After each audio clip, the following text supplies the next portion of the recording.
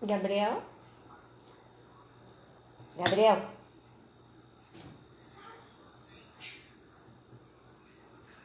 Gabriel? Oi? Tô iniciando, tá? Tá.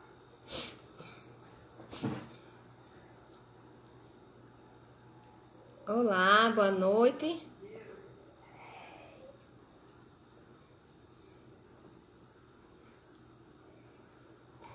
Olá, boa noite, boa noite. Boa noite, Érica. Boa noite, Rejane.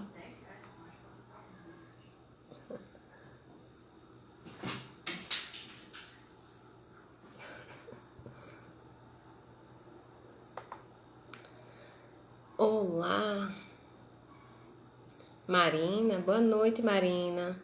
Boa noite, Alexandre. Gabriel. Boa noite, Gabriel. Olá, Rosângela, do Rio Grande do Sul. Eita, Rejane. Boa noite, Cíntia. Evanilda. O nome da minha irmã é Ivanilda. Boa noite, Gabriel. Um abraço para sua mãe, Dona Liege, Gabriel.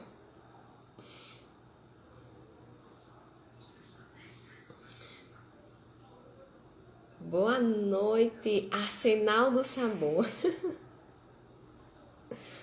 Eu já disse que eu vou lá no Arsenal do Sabor.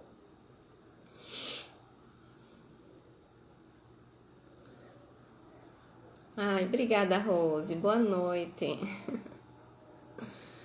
Boa noite, Rose. Marilene. Boa noite, Marilene. Elizabeth. Olha aí, Marilene de Montes Claros, Minas Gerais. Pessoal, cadê o pessoal de Minas Gerais, Paraná, Rio Grande do Sul? Olha, Dona Liege. Boa noite, Dona Liege. Um abraço para a senhora.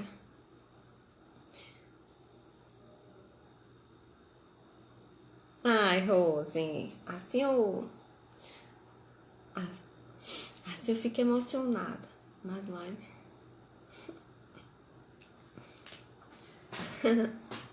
Leandro, boa noite, pessoal. Boa noite a todos. Noite. Então vamos falar um pouquinho hoje sobre constipação. É muito comum hoje, né? Na prática clínica é muito comum constipação. Então eu imaginei assim, outro pra você. Olha aí, tá vendo? Evanilda, Rio Grande do Sul. Então, Luiz, boa noite, Luiz. Andresa, boa noite, Andresa. Silvana. Ô, Silvana. Obrigada.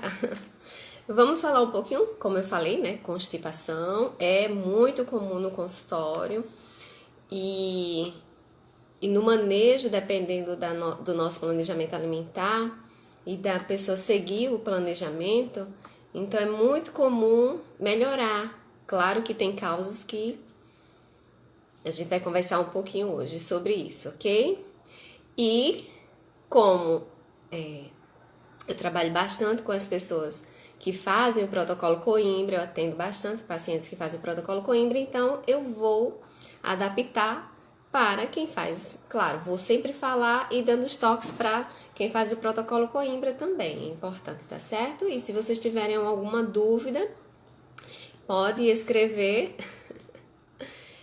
pode escrever aí que eu vou tirando as dúvidas no decorrer da live, tá? Como sempre, tá certo? E se alguém quiser participar ao vivo também é só falar, tá? É só solicitar que eu coloco. Vocês sabem que eu coloco e eu gosto de fazer assim, interativo, né? Aí não fica só eu aqui falando.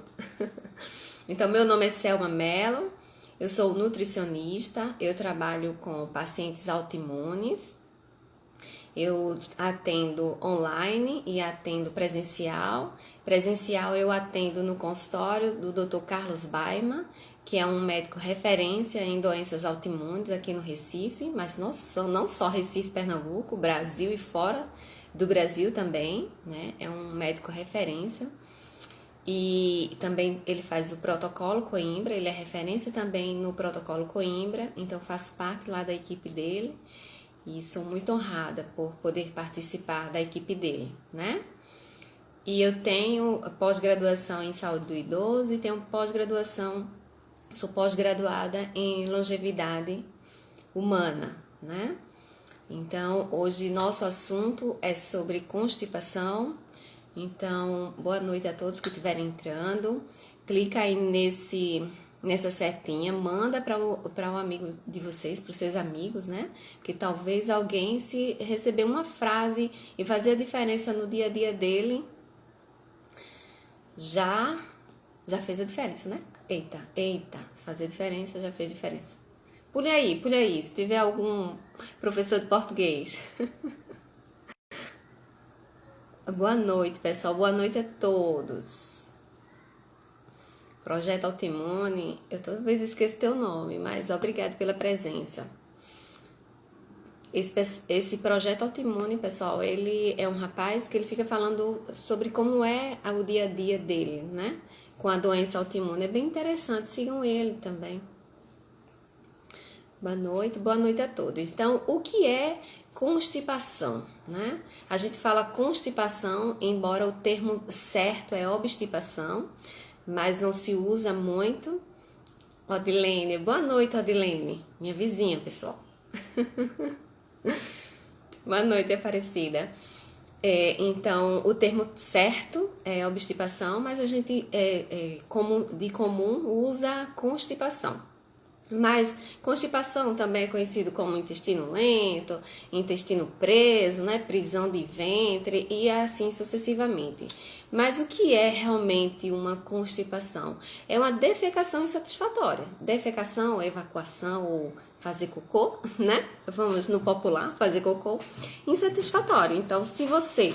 Claro que as literaturas, alguma literatura coloca como doença idiopática, uma doença que não tem causa. Outros colocam como síndromes assintomáticos, ou seja, uma síndrome que não tem causa, mas que tem vários sintomas. Mas, no geral, o conceito é uma evacuação insatisfatória. Então, o que é uma evacuação insatisfatória? Mesmo que você faça cocô, vou falar cocô, todo assim, tá bom, pessoal? Que é evacuar, evacuação, dejeção. Marina. Então, eu vou fazer cocô, ok? Então, o que é uma evacuação ou defecação ou fazer cocô insatisfatório?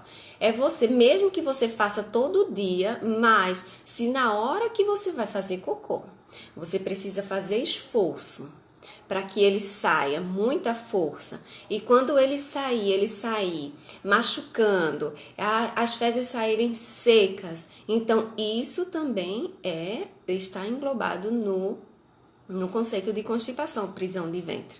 Mas isso também tem a questão de que, se a pessoa, o que é normal? Normal é a pessoa fazer cocô 3 vezes ao dia, ou fazer cocô 3 vezes na semana, ok? Então, mas eu faço, eu evacuo 3 vezes na semana, é normal? Pela literatura é normal, desde que esse padrão evacuatório seja desde sempre.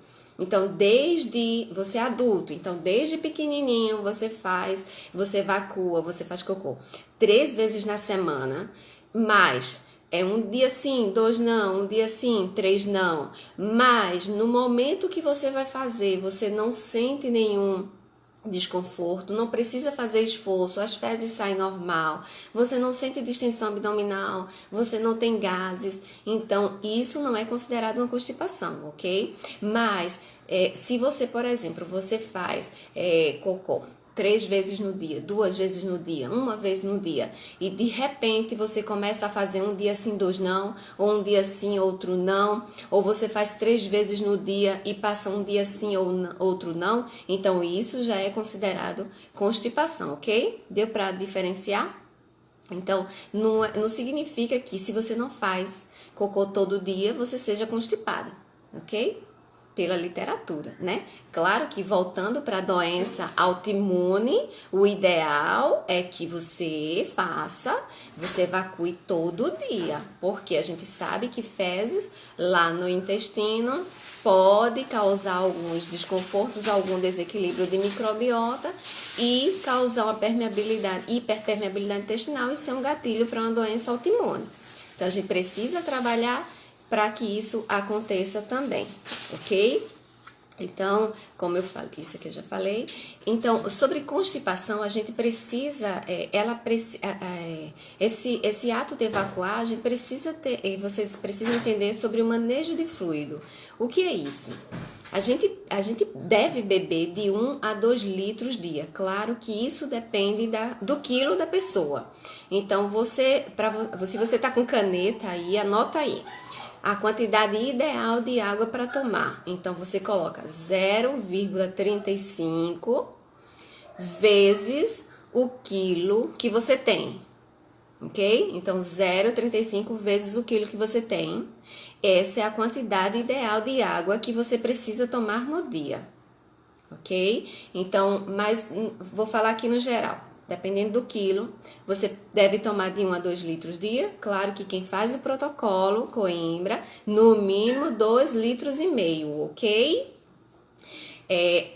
Voltando ao geral. Então, fisiologicamente, né? Tomamos 1 a 2 litros de água a dia e o nosso trato digestivo, ele secreta, o nosso organismo secreta no nosso trato digestivo 8 litros de água a dia. Então, a gente toma de 1 a 2 e o corpo secreta, o organismo secreta no trato digestivo de 8 a 9 litros. Só que assim, esses litros, essa água que a gente toma e esse líquido que é secretado através dos sucos digestivos, eles são reabsorvidos no intestino delgado. Então, 8 litros mais ou menos, eles são reabsorvidos no intestino delgado.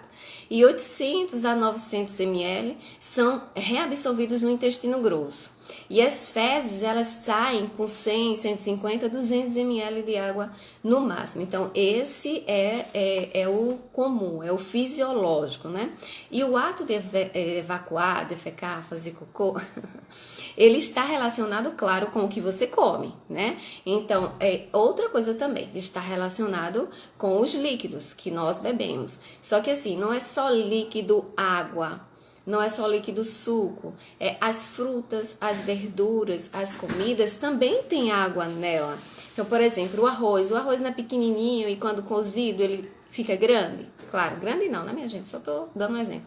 Ele não cresce, então ali tem água. O feijão também não cresce, ali tem água. Então, essa água do alimento conta também para o organismo. Inclusive, eu estava lendo um estudo que ele estava relacionando essa questão, quem melhora a constipação? Se quem melhora a constipação são os alimentos com água, então os fluidos dos alimentos ou as fibras, né? Que é muito comum a gente ouvir assim, tem constipação, então precisa de comer fibra, não é isso? Mas nesse estudo ele relacionou que os alimentos, o fluido da água, o fluido dos alimentos foi mais eficiente do que a suplementação de fibra em relação a melhorar esse trânsito colônico e melhorar essa constipação. Então, essa questão de fibra ainda é muito polêmica. Claro que a recomendação dos nutricionistas é consuma fibra, mas tem alguns tipos de dietas, por exemplo, a dieta carnívora, que eu tenho pacientes carnívoros, e eles não consomem fibra, é só carne. Então, o movimento colônico é normal, entendeu? Então, por isso que ainda tem muita polêmica aí, mas é para comer fibra também, tá certo? E o ato de evacuar também está relacionado, como eu falei, né, ao movimento colônico, ao peristaltismo, né? Então, existe um movimento que faz com que a gente come e esse alimento vai chegar lá, passar pelo estômago, passar pelo intestino delgado, o grosso e sair pelo reto, né? Está relacionado também ao gênero, então, mulheres e homens. Então, geralmente as mulheres são mais constipadas. Pessoal, minha cachorra tá chorando é porque meu esposo chegou. Então, todo mundo que chega, ela fica assim chorando até ir falar com ela. Como ele não foi falar com ela, ela tá lá chorando. Então, vocês estão escutando. Eu não estou maltratando minha filhinha, tá bom? É porque ela tá alegre porque ele chegou e não foi falar com ela. Aí sim, voltando aqui. Para o gênero feminino e masculino. Então, geralmente, as mulheres sofrem mais com constipação. O homem, por exemplo, os homens que eu atendo, eu recebo, é muito difícil ter um homem constipado. E, pelo contrário, eles evacuam, faz cocô, 2, 3 vezes no dia. Já a mulher, não, né? Mulher sofre um pouquinho, né? E idoso também. Idoso é muito comum a questão da constipação. E uma coisa também que está relacionada com o ato de evacuar é a postura. Tem a postura, né? Isso é bem antigo. As pessoas, nossos antepassados, evacuavam de coca, né? Não sei como é que vocês falam, mas aqui eu falo de coca. Acocorado. Nordestino fala acocorado, né? Tá vendo? O homem faz muito mesmo, não é? Olá, Danilo, tudo bem? Boa noite, pessoal. Então, homem, sim, idoso, que eu tava falando, né? Idoso realmente sofre um pouquinho com constipação. Né? Não, eu tava falando da postura. Então, a postura influencia também, depende também da questão fisiológica da pessoa, mas como é difícil hoje em dia você ficar acocorado de cocas, né? Eu não sei como vocês falam aí no estado de vocês, mas eu falo assim. É muito difícil, né? Você vai fazer isso na bacia de banheiro, é até perigoso, né? Essas bacias de cerâmica se quebrarem é muito perigoso. Aí o que se faz? Vende alguns banquinhos nas lojas, né? Alguns banquinhos para você levar seu pé. Então, simula uma posição de cocas, né? Então, algumas pessoas melhoram realmente a questão de evacuar fazendo nessa posição. Então, a postura conta também para algumas pessoas. E a constipação, ela tem causas, né? A gente chama assim as causas extracolônicas e as colônicas. Então, extracolônicas que não tem a ver com a sua fisiologia. Então, o que é que não tem a ver com a sua fisiologia? A dieta, então, é algo que você coloca, né? Não faz parte do físico, então algo que você colocar. Então isso vai ser uma causa. Então se você não, ou se você come pouca fibra, ou se você não toma água, não come muitas frutas, verduras que tem água nesses alimentos, então isso influencia, isso é uma causa da constipação. E doenças também, doenças neurológicas, é muito comum pessoas com doenças neurológicas terem constipação, doenças crônicas também, doenças metabólicas, doenças endócrinas. Eu vou falar um pouquinho depois sobre a relação hipotiroidismo com a constipação. Então essas doenças, é muito comum quem tem essas doenças terem constipação. E também quem toma fármacos, né, medicamentos. É isso mesmo, Silvana, a postura interfere mesmo. Então, quem toma medicamentos também influencia nessa constipação. Então, analgésicos geralmente influencia, antihipertensivos também, ansiolíticos, antidepressivos no caso. Eu tenho bastante pacientes que tomam antidepressivos, bastante não, né? Alguns pacientes que tomam e tem problema com constipação. Chega com constipação, eu já pergunto, toma antidepressivo. Tá? É muito comum. Doença crônica, diabetes, hipertensão, isso é uma doença crônica, ok? E isso influencia também na constipação. E existem as causas colônicas, as causas físicas, fisiológicas, que têm a ver com obstrução. Então, geralmente, pessoas que têm algum tumor, não sofrem para fazer cocô. Então, outra coisa, pessoal, a respeito dessa questão de tumor. Se você é uma pessoa que desde sua infância sofre com constipação, se você é uma pessoa, ou diarreia também, e hoje tem mais de 35 anos, então procura um coloproctologista para fazer uma colonoscopia, é muito importante, porque esse tipo de comportamento do movimento colônico é bem comum irritar bastante a parede do intestino e causar, isso é uma causa de câncer. Então, e é um câncer que ele acontece silencioso, e outra coisa, ele não se forma de um dia para o outro. Então, são durante anos, ele está se formando lá. Então, como forma de prevenção, você tem mais de 35 anos, você sofreu muito com constipação ou muito com diarreia, então faz uma colonoscopia só para prevenir, ok? Tá certo? Porque se descobrir, e geralmente se você não está sentindo nada, provavelmente deve estar no início e você vai se recuperar bem mais rápido. É melhor prevenir do que descobrir quando começar a sentir alguma coisa. Aí pode ser sofrer bem mais, né, para retirar dos sintomas, né, do pós, né, que eu falo do pós-tratamento. E existe também a questão de quem tem síndrome do intestino irritável com constipação. Então, quem tem síndrome do intestino irritável, então tá síndrome do intestino irritável. Então, as células estão lá sempre irritadas, sempre inflamadas, e essas células influenciam no movimento peristáltico. Então, se tem inflamação, também o movimento peristáltico está comprometido. E outra coisa também, geralmente quem tem síndrome do intestino irritável tem uma microbiota desequilibrada, que a gente chama de disbiose. Então, a microbiota...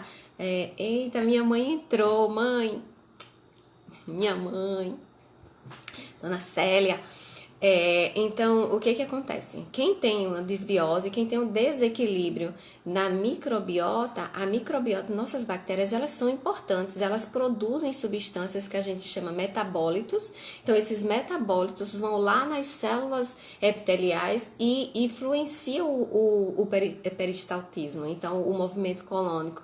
A microbiota equilibrada é importante, ok? E outra coisa também. Se você sente vontade de evacuar, sente vontade de fazer cocô, você senta no banheiro e você não consegue fazer, mas tem vontade e não consegue, não tá saindo, também recomendo você procurar um proctologista, um coloproctologista, para fazer alguns testes, porque você pode ter alguma disfunção em músculos, porque na hora que, por exemplo, no reto, entre o reto e a parte do sigmoide, reto sigmoide, ele tem um músculo assim, e quando o cocô passa, esse músculo tem que fazer isso para o cocô passar. Então tem algumas pessoas, amém, mãe? Então tem algumas pessoas que tem uma disfunção nesse músculo, em vez dele fazer isso, ele faz isso, ó. Então obstruindo a passagem das fezes, então a pessoa não consegue evacuar, né? É muito comum isso. Aí o que acontece? Tem algumas pessoas que ajudam, né? Eu já ouvi falar, você aperta, né, na região para ajudar o cocô a sair. Pessoal, tem isso sim. Então precisa o quê? Ir um especialista, como eu falei, no proctologista ou no coloproctologista, para fazer alguns testes. Alguns testes, por exemplo, que tem avaliação do trânsito colônico para ver isso, tem a monografia anorretal, tem teste de expulsão de balão, principalmente esse teste de expulsão de balão, é para ver esse músculo. Então, se você identifica a causa, então você tem como tratar. Quem tem essa disfunção no músculo, é só fazer fisioterapia que melhora. Vê como é simples. Aí você tá aí sofrendo durante anos com constipação e era só fazer uma fisioterapia e melhorava. E achando que a alimentação, e tome água, e tome fibra, comida, frutas, verduras e nada de conseguir, ok? Então, é uma função, é uma disfunção, né? Ai, obrigada, beijinho da França, obrigada, Vilhena. Obrigada. Então, como eu sou nutricionista, então o objetivo aqui é dar dicas de alimentação que melhore esse movimento colônico, não é isso? Então, vamos lá. Dicas de alimentação que melhore esse movimento colônico. Em primeiro lugar evitar industrializados e farinhas, que farinhas constipa, bastante, ok? Por quê? Porque farinha alimenta bactérias que não deve, causa um desequilíbrio na microbiota. E lembra que a microbiota é importante no movimento colônico, então farinhas precisam ser evitadas. Por exemplo, para os meus pacientes eu não proíbo farinha, eu não gosto muito de utilizar a palavra proibido, né? Eu controlo, porque eu sei que também doenças autoimunes, a farinha é inflamatória, né? Então, quem já assistiu as outras lives sobre alimentos inflamatórios, a farinha é um deles. Então, alimenta a microbiota patogênica, aumenta a insulina também, porque aumenta a glicemia, é inflamatória, então precisa controlar a quantidade de farinhas, ok? Industrializadas no geral também. Por que industrializadas? Porque industrializados eles têm conservantes, têm acidulantes, ali tem pesticida dentro, dependendo do alimento. E esses conservantes, eles acabam com a nossa microbiota. Então, microbiota novamente relacionada à constipação. Então, se esses industrializados têm esses conservantes que acabam com a microbiota, que influencia no movimento peristáltico, influencia no movimento colônico. Então, evitar industrializados. E colocar comida de verdade, vamos dizer, comida que vem da terra. Frutas, verduras, legumes, toda farinha, Nil, toda farinha. Ah, farinha de trigo? Claro, também. Mas não é só farinha de trigo, não. Farinha de mandioca, polvilho, farinha de arroz, tudo é farinha, ok? Precisa controlar também, tá certo? Outra coisa importante também, eu falei a respeito das fibras, que segundo, é bem polêmico essa parte das fibras, mas é recomendável sim consumir fibra, tá certo? Então, as fibras estão aonde? Nas sementes, linhaça, chia, psyllium, outra coisa. Eu falei sementes, mas para o pessoal que faz o protocolo Coimbra, já sabe que as sementes são restritas, não é isso? Mas o psyllium não tem problema. O psyllium pode consumir, tá? Não tem tanto cálcio, não. Deve consumir o psyllium, tá certo? Agora, só que fibra tem que tomar cuidado com água, ok? Se você aumenta a quantidade de fibra, você tem que aumentar a quantidade de água, porque senão vai fazer o efeito contrário. Se já tá constipado, vai ficar mais constipado ainda, tá bom? Probióticos são importantes, como eu falei, se a pessoa está com desequilíbrio na microbiota, então coloca probióticos para ajudar a equilibrar. Só que assim, probióticos não é para todo mundo, tá certo? Não vão, não é porque eu falei probióticos que vocês vão amanhã na farmácia comprar probiótico porque tá constipado, tá certo? Não façam isso. Só suplementem probióticos com a ajuda de um profissional, ou um nutricionista ou um médico, porque probióticos não é para todo mundo. Em vez de melhorar, pode piorar. Eu já tive pacientes que chegou para mim tomando probiótico que não viu diferença nenhuma ou que piorou, ok? Eu tirei probiótico, fiz as condutas e melhorou. Então, não é só probiótico, tá certo? Outra coisa também, alimentos fermentados, como chucrute, picles, beterraba também fermentada, é muito bom, é fontes de micro-organismos, é muito bom, tá bom? Outra coisa também, óleo de coco, pessoal. Óleo de coco é muito bom, por quê? Eu vou falar assim. Adriana, muitas dúvidas, né, Adriana? Você faz o protocolo Coimbra. São muitas dúvidas mesmo. E por isso que eu me propus já estar toda quinta-feira fazendo live. Quinta-feira passada eu não fiz, porque eu fiz na sexta sobre fibromialgia, aí eu não fiz. Mas toda quinta-feira nossas lives aqui para tirar essas dúvidas, que eu sei, eu atendo bastante pacientes do protocolo Coimbra e sei que as dúvidas são constantes. A angústia, né, de chegar no consultório, quando eles chegam no consultório, já chegou pacientes assim: Olha, eu só vou começar o protocolo, eu só esperei a consulta para começar o protocolo, porque eu não sabia o que é que eu vou comer, né? Tem essa angústia que eu não acho, não precisa ser, é tudo controle. A questão do protocolo é tudo controle, tá certo? Geralmente quem tem problema é quem tá exagerando em algum alimento. Fernanda, farinha de amêndoas pode, Fernanda? Eu tava falando do óleo de coco, já termino. Farinha de amêndoas, para quem faz o protocolo Coimbra, não é recomendado, tá? Tem bastante cálcio ali. Agora, é claro, isso depende da calciúria. Tem alguns pacientes com calciúria controlada, eu quantifico uma farinha tantas vezes na semana, amêndoas, no máximo uma vez na semana. Mas, se tá com problema de calciúria, nada com farinha de amêndoas, nada com farinha de linhaça, ok? Sobre o óleo de coco, que eu estava falando, o óleo de coco ele é rico em TCM. O que é isso? Triglicerídeo de cadeia média. Então, esses triglicerídeos de cadeia média são alimentos para as nossas células da parede intestinal. Então, é muito importante que influencia no movimento colônico. Então ajuda, óleo de coco. A outra coisa também é quando você acordar, fazer algum chá amargo, por exemplo, de boldo. Ajuda também no movimento colônico. Chá de gengibre também ajuda no movimento colônico. Eu coloco bastante para meus pacientes, chá de gengibre, chá de cúrcuma longa. Eu tô falando da raiz, tá certo? Ao acordar, faz o chá da raiz e toma. Ajuda também. Oi, Renata, a minha live de fibromialgia tá no grupo Fibromialgia do Nordeste.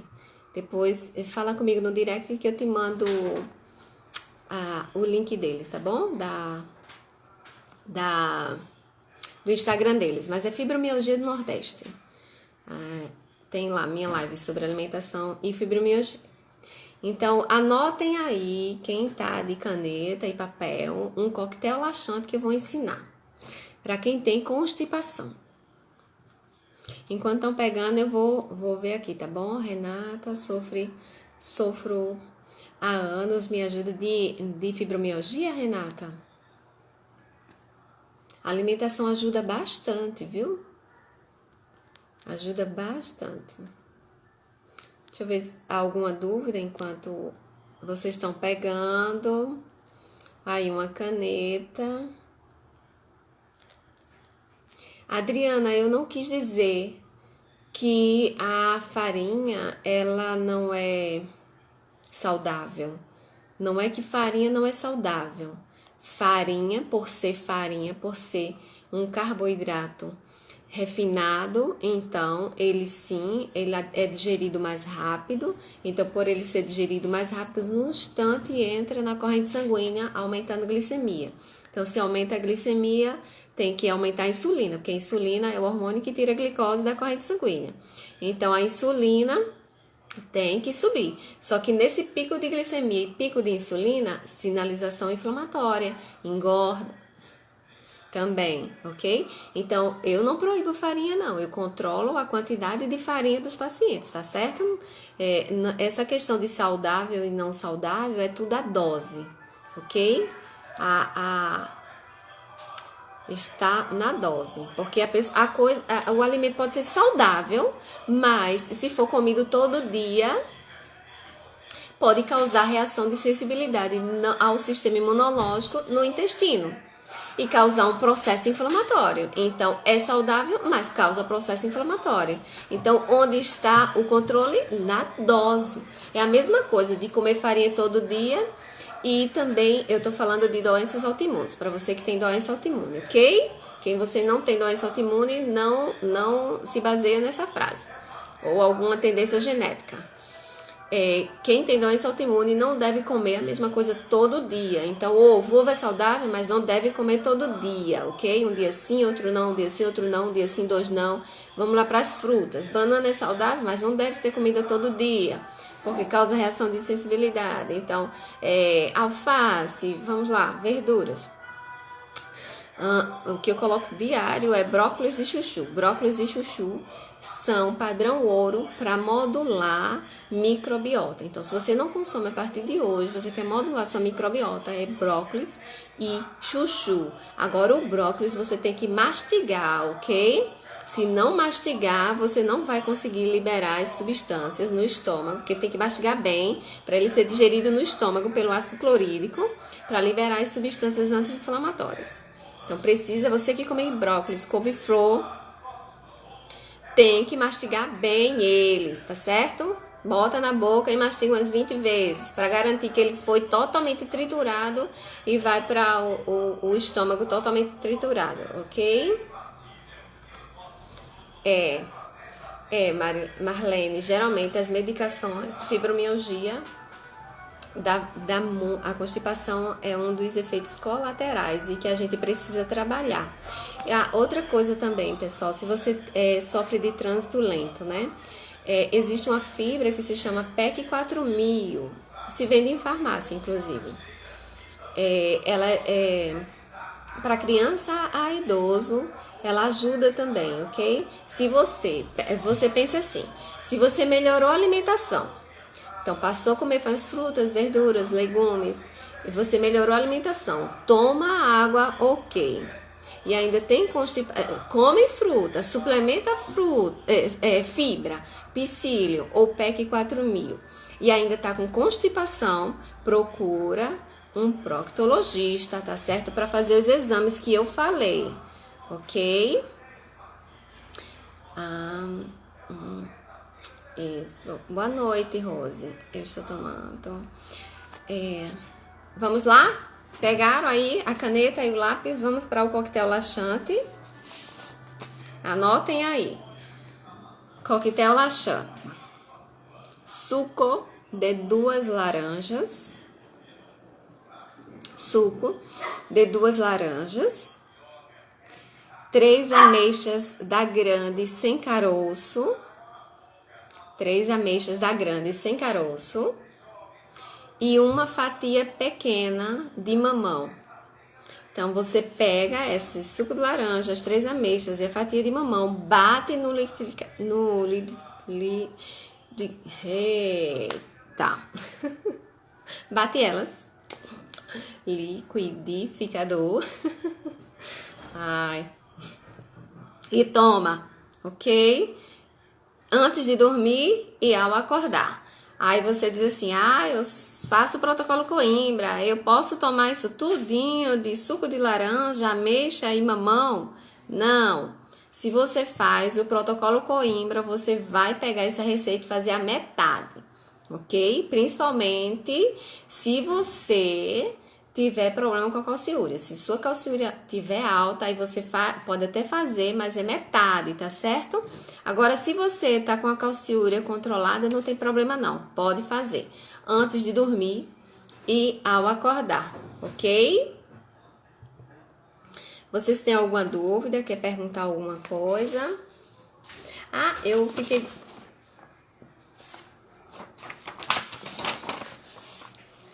Em relação que eu falei para vocês das doenças endócrinas, né, e constipação, eu vou explicar para vocês um pouquinho como é comum quem tem hipotiroidismo ter constipação, ok? Então, antes de explicar, eu preciso explicar que o controle do estresse também é muito importante. Eu tenho bastante pacientes estressados, constipados. Então, por que é muito comum quem é estressado ser constipado? Por quê? De preferência não, Alexandre. Sem ser coado, nada coado, ok? Porque aí você perde a fibra. É com a fibra, tá bom? Corta a laranja e coloca. Não tira o suco não, tá bom?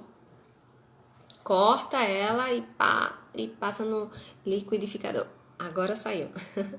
Então, o que acontece? Estresse, o manejo do estresse em relação à constipação. Quando você se estressa, quando a gente tem estresse, a gente aumenta o hormônio do estresse, que é o cortisol. Então, o que o cortisol faz? Cortisol aumentado, o que ele faz? Os hormônios da tireoide diminuem. Então, você fica com hipotireoidismo. Então, quem tem estresse geralmente crônico, tem hipotireoidismo crônico. Só que assim, o hormônio que é o T3, que é o hormônio da tireoide, que a tireoide forma o T4, e nos nossos órgãos periféricos, o T4 se transforma em T3. Então, o T3 é que é o hormônio ativo. Então, o T3 é que ele ajuda no movimento colônico, no movimento peristáltico. Sem T3, não tem movimento peristáltico. Então, se você está estressado o tempo todo, a tireoide não está produzindo hormônio, você não tem o hormônio para estimular o movimento peristáltico. Por isso que é muito relacionado quem tem estresse ser constipado, ok? Aí você diz assim, mas eu tenho uma rotina muito estressante, como é que eu vou fazer para não se estressar? Né? Aí precisa de algumas estratégias para gerenciar esse estresse, principalmente o estresse metabólico, porque você passa por um estresse, né? Aí eu pergunto assim aos pacientes, você se considera estressado? Ou você tem uma rotina estressante? Aí a pessoa diz, não. Aí você vai ver, você trabalha com o quê? Eu trabalho com vendas, eu tenho metas para cumprir. Pronto, quem tem metas já vive ansioso, né? Para cumprir a meta, não é verdade? Aí tem os filhos, 2, 3 filhos, aí os filhos aperreiam. Qual filho que não, que não aperreia? Aí já tem estresse com o filho. Né? Já tem estresse em cuidar de casa, trabalho. Então, esses pequenos estresses, acaba que você sim tem um estresse metabólico crônico. E acontece isso ou mais, ou mais não, e várias outras coisas. Sim, Marlene, a médica me cortou a laranja porque é cítrico, estou com infecção urinária.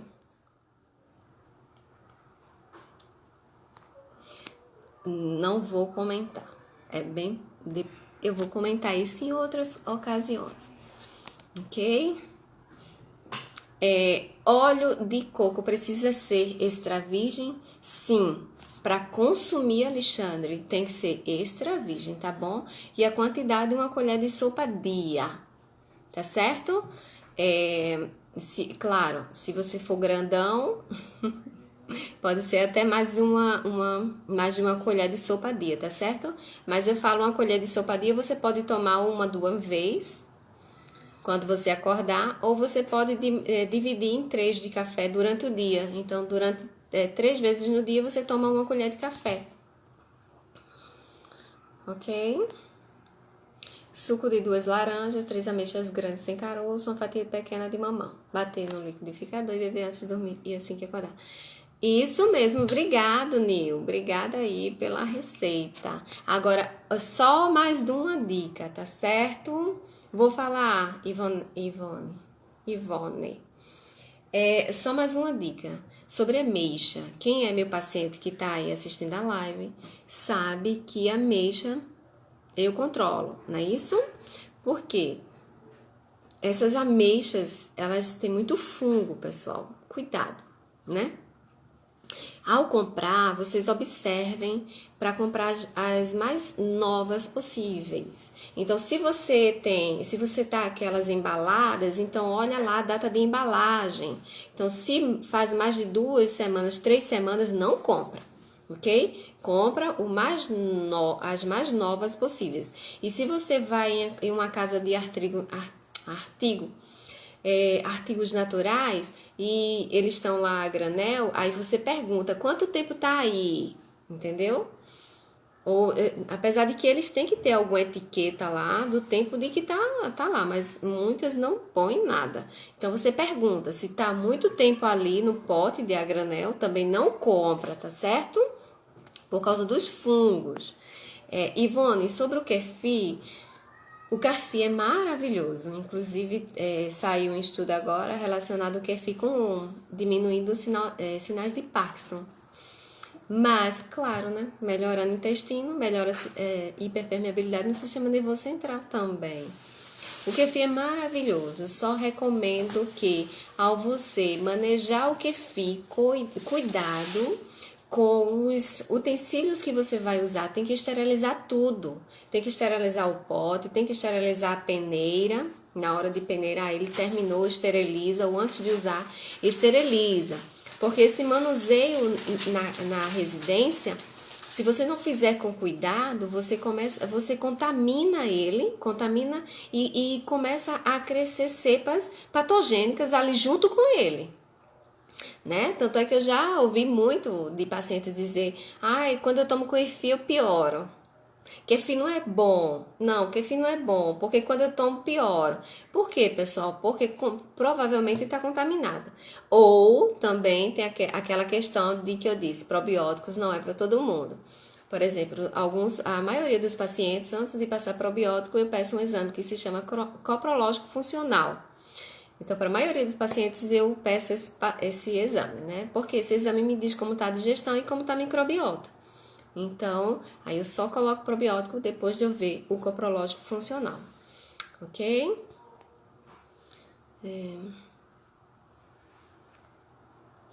Legumes preparados e congelados para consumo cumprem a mesma função? Você fala de fibra? Sim. Eu não gosto muito de congelados por muito tempo, mais de 3, 4 dias. Porque eles quebram a molécula dele e os nutrientes saem. Não é a mesma coisa. Ok? Mas sim, Laísa, sim, pode. Claro que no dia a dia, nosso dia a dia hoje, né? Principalmente se você é daquelas 1001 utilidades, você trabalha, cuida de filho, cuida de casa, tempo para cozinhar. Hoje em dia, tempo para cozinhar não é todo mundo que tem, né? Isso, então, o que for mais prático possível, então a gente acaba congelando, não é isso? Elige. Sobre kombucha, é a mesma coisa, o manuseio também do kombucha. Apesar de que não tem muitos estudos com o kombucha, os estudos é mais com o kefir, né? Se você for pesquisar, não tem muito estudo com kombucha. Mas ele é bom? Ele é bom sim, mas vamos lá para os estudos, é mais com kefir, entendeu? Mas o manuseio também, o manuseio do kombucha precisa ter cuidado também, tá certo? É só esterilizar. Esteriliza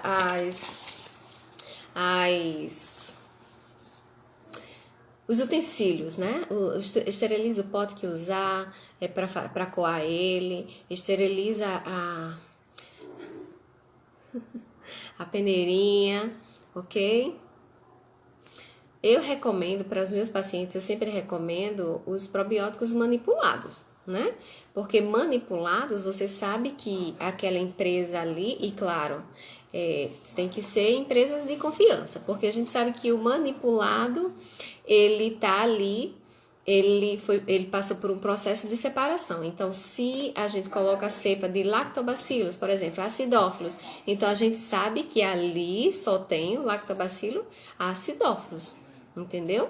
E se você manuseia em casa, você não sabe se só tem aquela cepa. Entendeu? Então, por isso que o melhor, eu recomendo mais industrializado, né? Ou um de farmácia de manipulação, ou vendido em farmácias alopáticas mesmo. Mas existem algumas marcas muito boas, mas é só...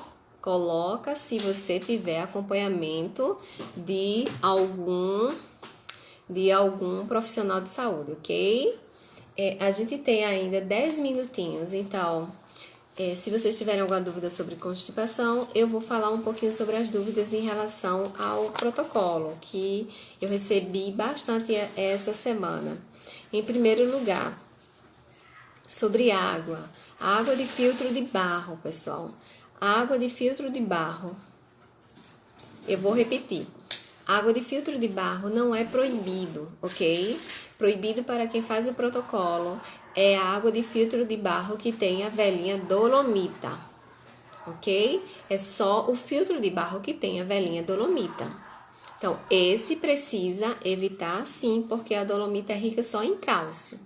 Mas água de outros aparelhos, por exemplo, água alcalina, que eu recomendo pH acima de 7. Você tomar água com pH acima de 7.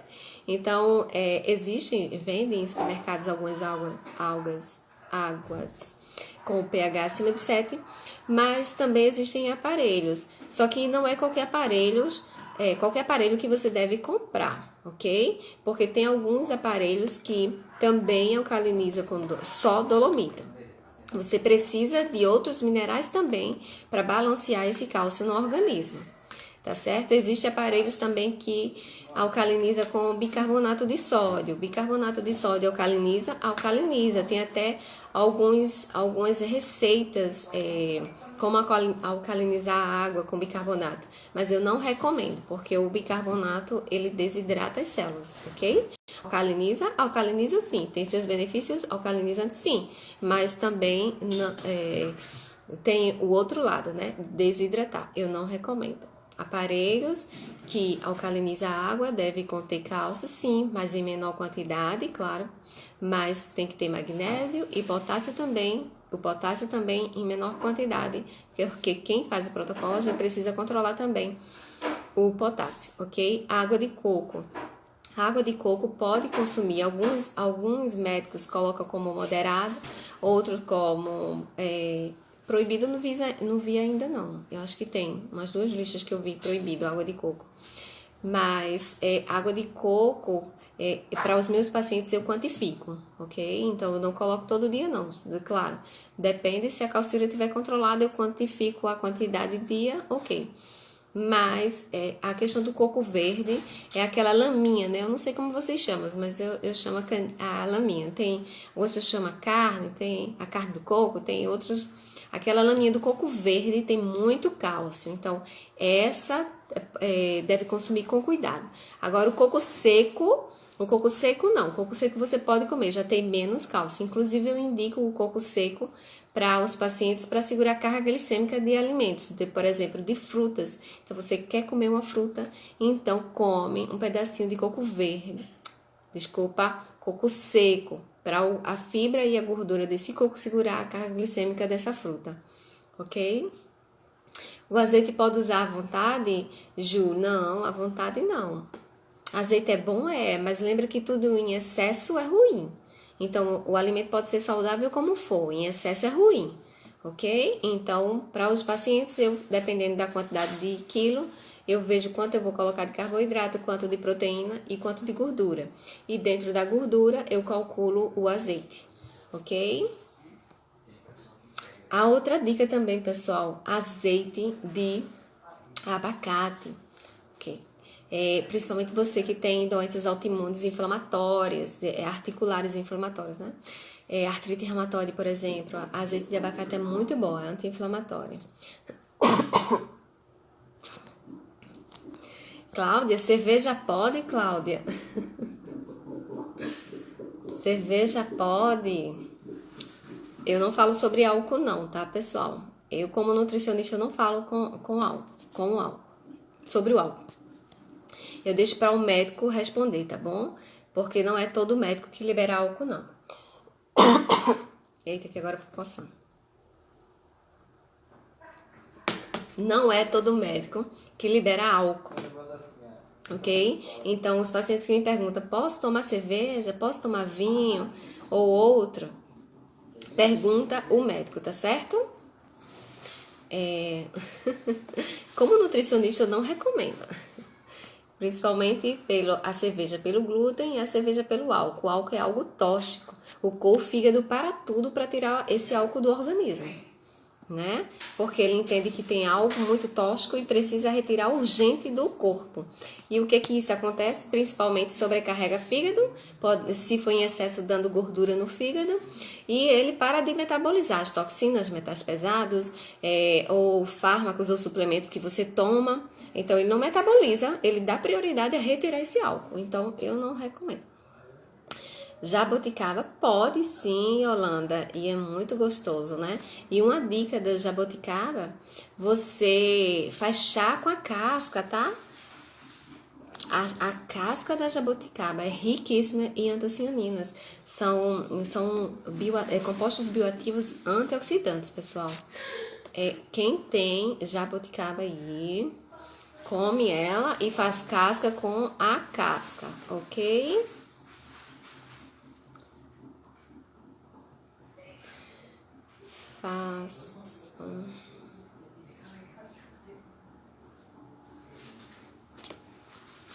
Elizabeth, sobre a fermentação com casca de abacaxi. Você acredita, Elizabeth, que você é a terceira pessoa que me cobra da casca de abacaxi e eu não respondi ainda porque eu procurei artigos, eu procurei alguém que quantificou o cálcio na casca do abacaxi e não encontrei. Então, se você está assistindo essa live e você encontrou algo parecido, manda para mim, porque eu já pesquisei, porque é muito difícil quantificar. Eu preciso, para responder com certeza, alguém que quantificou, geralmente são as faculdades, que quantifica a quantidade de cálcio na casca do abacaxi, e não tem. Eu não encontrei. Então, essa pergunta eu não sei te responder. Tá bom? Boa noite, Silvânia. Exatamente, considerando que o álcool é uma droga.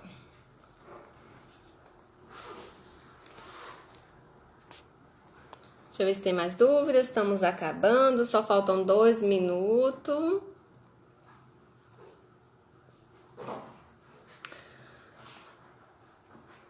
Não pode comer a casca da jabuticaba? Boa pergunta. Eu já comi.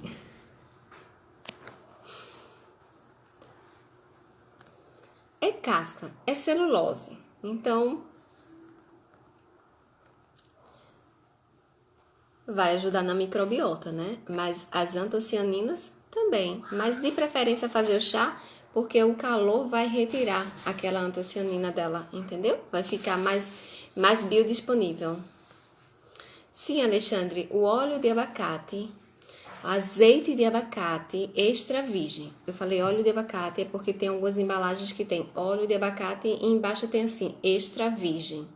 Então, o óleo de abacate extra virgem é anti-inflamatório. Você imagina assim, que o azeite de oliva é maravilhoso. O de abacate é 6 vezes mais. Então, mais anti-inflamatório. Então, principalmente, se você tem doenças inflamatórias articulares ou não, ou tem autoimune, eu recomendo aos meus pacientes, eu coloco alternar azeite de oliva com azeite de abacate, pensando na alimentação anti-inflamatória, ok? Nil, você não consegue ficar sem vinho.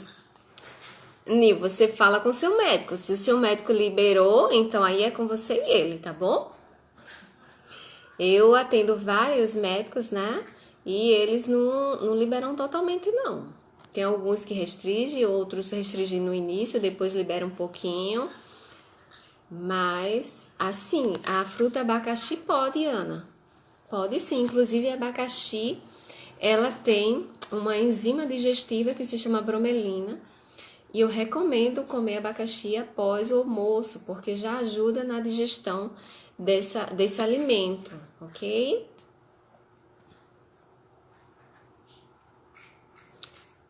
Rejane, essa pergunta eu não sei. Eu só sei lhe dizer que eu já comi.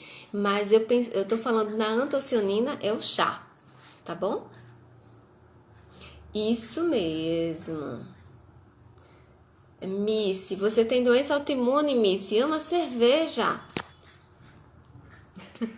É escolhas.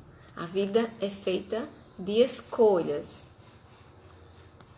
Ah, Costa, estou à disposição. Rejane, você come também casca de jabuticaba? Eu também, se ela tá gostosa. Ai, meu Deus. Não conta pra ninguém, isso é segredo, ok? Ai, Gonçalina. Eu vou deixar essa live gravada só 24 horas, tá bom? Só pra quem não pôde, porque algumas pessoas não conseguiu assistir, me mandaram mensagens, então eu vou deixar só 24 horas, tá certo? Porque as minhas lives são exclusivas. Então, são exclusivas para você que está aí, ao vivo, comigo, ok?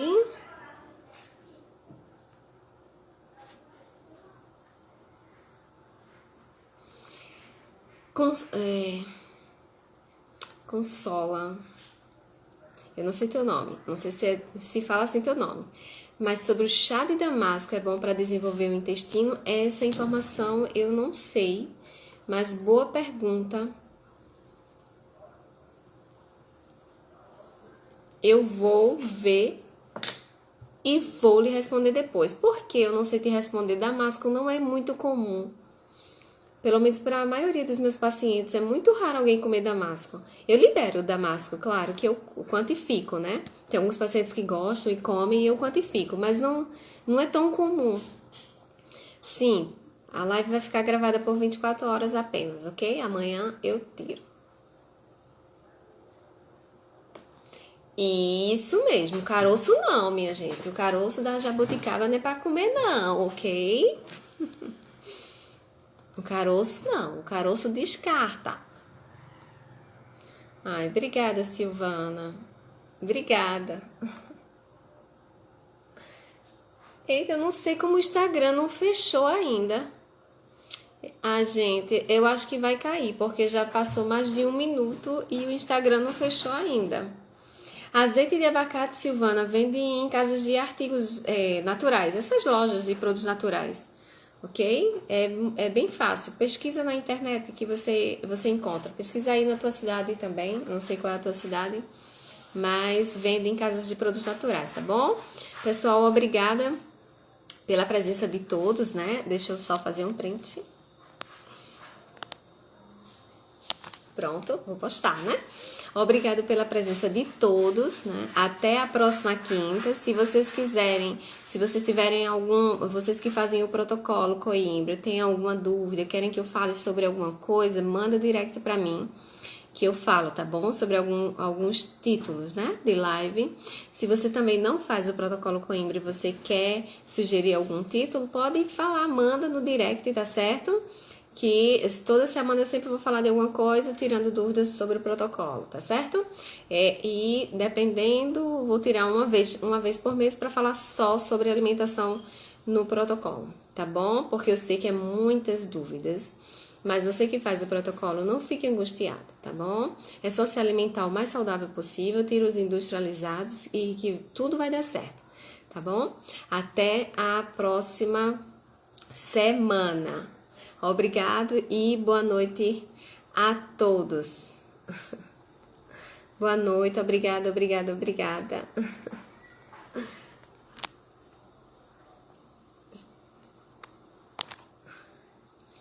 Ai, obrigada, Cláudia. Bom final de semana para vocês também. Espero ter ajudado alguém, né? E até a próxima semana. Eu vou ficar lendo aqui até o Instagram derrubar.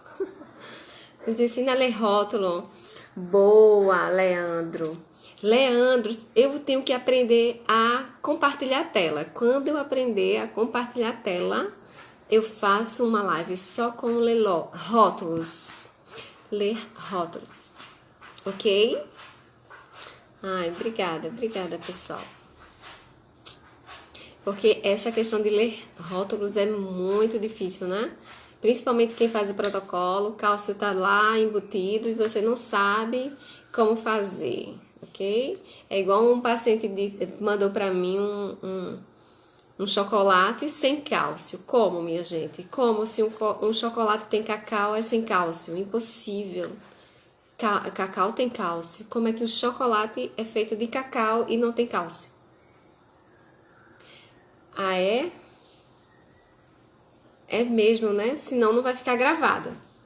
Já passou mais de 5 minutos. Eita, tá bom. Tchau, pessoal. Boa noite. Boa noite a todos. Obrigada. Até a próxima.